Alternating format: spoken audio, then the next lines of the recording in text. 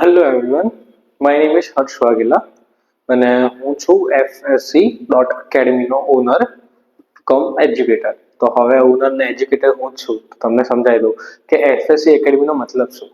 F means fluent, fluent. S means spoken અને E એટલે English. તો આપણે ઇંગ્લિશના ફ્લુએન્ટલી એટલે એકદમ લહેકામાં, એક લહેજામાં અને પ્રોપરલી કેવી રીતના બોલીશું, એકદમ આમ નદીનો ધોધ વહેતો હોય અને એવી રીતે આપણે શીખવું હોય તો એ આપણે કેવી રીતે શીખીશું, એના માટે મેં આ એકેડમી બનાવી છે. અને આ એકેડમી છે સેક્ટર 11, 4th ફ્લોર, ચોથા માળે, 410 નંબર અને પ્રેસિડેન્ટ ટાવરમાં. તો તમને કોઈ પણ ઈચ્છા હોય તો you can join offline also. અને આપણે ઓનલાઈન પણ આ એક વિડીયો સિરીઝ સ્ટાર્ટ કરી છે, જેની અંદર આપણે 20 યા 25 વિડીયોઝની સિરીઝ હશે, જેની અંદર તમને પ્રોપરલી જ બધું શીખવા મળશે કે આપણે બોલીશું કેવી રીતે. જે બીજા લોકો જે ગ્રામર કરાવે છે, આપણે ગ્રામર આપણે હેવી નથી કરવાનું કે જે હેવી ગ્રામરથી તમે લોડ લઈ લો અને પછી એવું વિચારો કે પછી આ બોલવાનું કેવી રીતે છે, એ નહીં થાય. તમારી ફ્લુએન્સી છે એ એના ઉપર જ આપણે કામ કરીશું અને એના દ્વારા જ આપણે આગળ વધીશું. આજનો ટોપિક છે સેન્ટેન્સ. તો સેન્ટેન્સ એટલે વાક્ય.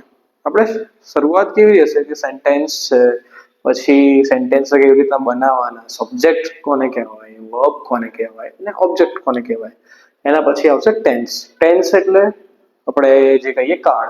તો જે 12 ટેન્સ છે, 12 ટેન્સ આપણે કેવી રીતના વાપરવાના છે એ શીખીશું. અને ટેન્સ પછી હેલ્પિંગ વર્બ્સ. ને આ બેઝિક છે. એના પછી એક્ટિવ પેસિવ ને બધું તો આપણું એડવાન્સ થઈ જશે. અને વર્બમાં કેવી રીતના સ્ટેટિવ વર્બ આવે, એક્શન વર્બ આવે, એ બધું પછી શીખીશું. આપણે હાલ શીખીશું સેન્ટેન્સ. સેન્ટેન્સ કોને કહેવાય? સેન્ટેન્સ એટલે વાક્ય. વાક્ય કોના દ્વારા બને છે? Subject plus verb plus object. Subject, verb અને ઓબ્જેક્ટ આ ત્રણે ભેગા કરીએ ત્યારે બને વાક્ય, સેન્ટેન્સ. તો S plus V plus O. આપણે આને શોર્ટમાં યાદ રાખીશું SVO. એસ એટલે સબ્જેક્ટ એટલે નાયક, હીરો યા જે પણ કામ કરવા વાળો વ્યક્તિ હોય, એટલે આને આપણે કહીશું હીરો. ઠીક છે. તો હીરો હીરો શું કરે? દુનિયા બચાવે. દુનિયા બચાવવું શું થયું? કામ થયું. બચાવવું કામ થયું. હવે દુનિયા શું થઈ? ઉદ્દેશ્ય થયો. જે ઉદ્દેશ્ય છે ને એને ઓબ્જેક્ટ કહીશું. એને શું કહેવાય? કર્મ. કર્મ કહેવાય. વર્બ એટલે કામ અથવા ક્રિયા, કે જે ક્રિયા કરતો હોય એ દોડે છે, ખાય છે, પીવે છે, રમે છે, જમે છે, એ બધું આવે ક્રિયામાં. હવે ક્રિયા કોણ કરે છે? તો કોણ કરે છે? જેમ કે હું છું, હું હર્ષ છું, હું ભણાવું છું તો હર્ષ ભણાવે છે. તો ક્રિયા કોણ કરે છે? હર્ષ કરે છે. તો એ જે નામ આવે એ નામ અથવા વ્યક્તિ. હું છું, તમે છો, એ બધા જે આવે એ બધા એસ છે. જે કામ કરીએ છીએ એ વર્બમાં આવશે. અને જે કામનો ઉદ્દેશ્ય શું છે, એ કામ શું કરવા કરીએ છીએ, તો એના માટે ઓબ્જેક્ટ છે. આટલો તમને બેઝિક આઈડિયા આવી ગયો હશે. તો હવે આપણે ચાલુ કરીએ. આનું શું કરવાનું છે.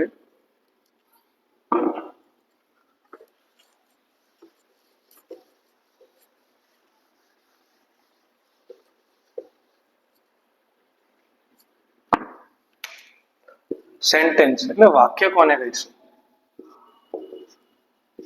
કર્તા, કર્મ અને ક્રિયાપદ ના સમન્વય ને વાક્ય કહેવાય. હવે આજે મોટા મોટા વર્ડ લખું છું ને, એટલે મોટા મોટા જે સેન્ટેન્સ લખું છું એનું કંઈ કામ છે નહીં. આ ખાલી તમને સમજાવો કે કર્તા, કર્મ, ક્રિયાપદ જે તમે 9મા 10મા કે 11મા 12મા કે જ્યારે બી તમે શીખ્યા હશો, આ બધાના લીધે જ તમને ઇંગ્લિશ નથી આવડ્યું કે કર્તા કોને કહેવાય ને કર્મ કોને કહેવાય ને ક્રિયાપદ કોને કહેવાય. આપણે કર્તા યાદ જ નહીં રાખીએ. કર્તા એટલે એસ, બરાબર. કર્મ એટલે ઓબ્જેક્ટ અને ક્રિયાપદ એટલે વર્બ. વર્બ એટલે ક્રિયા જે બી તમે કરતા હોય. ઓબ્જેક્ટ એટલે કર્મ અને સબ્જેક્ટ એટલે નાયક કાં તો હીરો. ઠીક છે. આ પ્રમાણે જ આ વસ્તુઓ યાદ રાખવાની છે. અને આ ત્રણેયના સમન્વયથી શું બને? એ બને વાક્ય.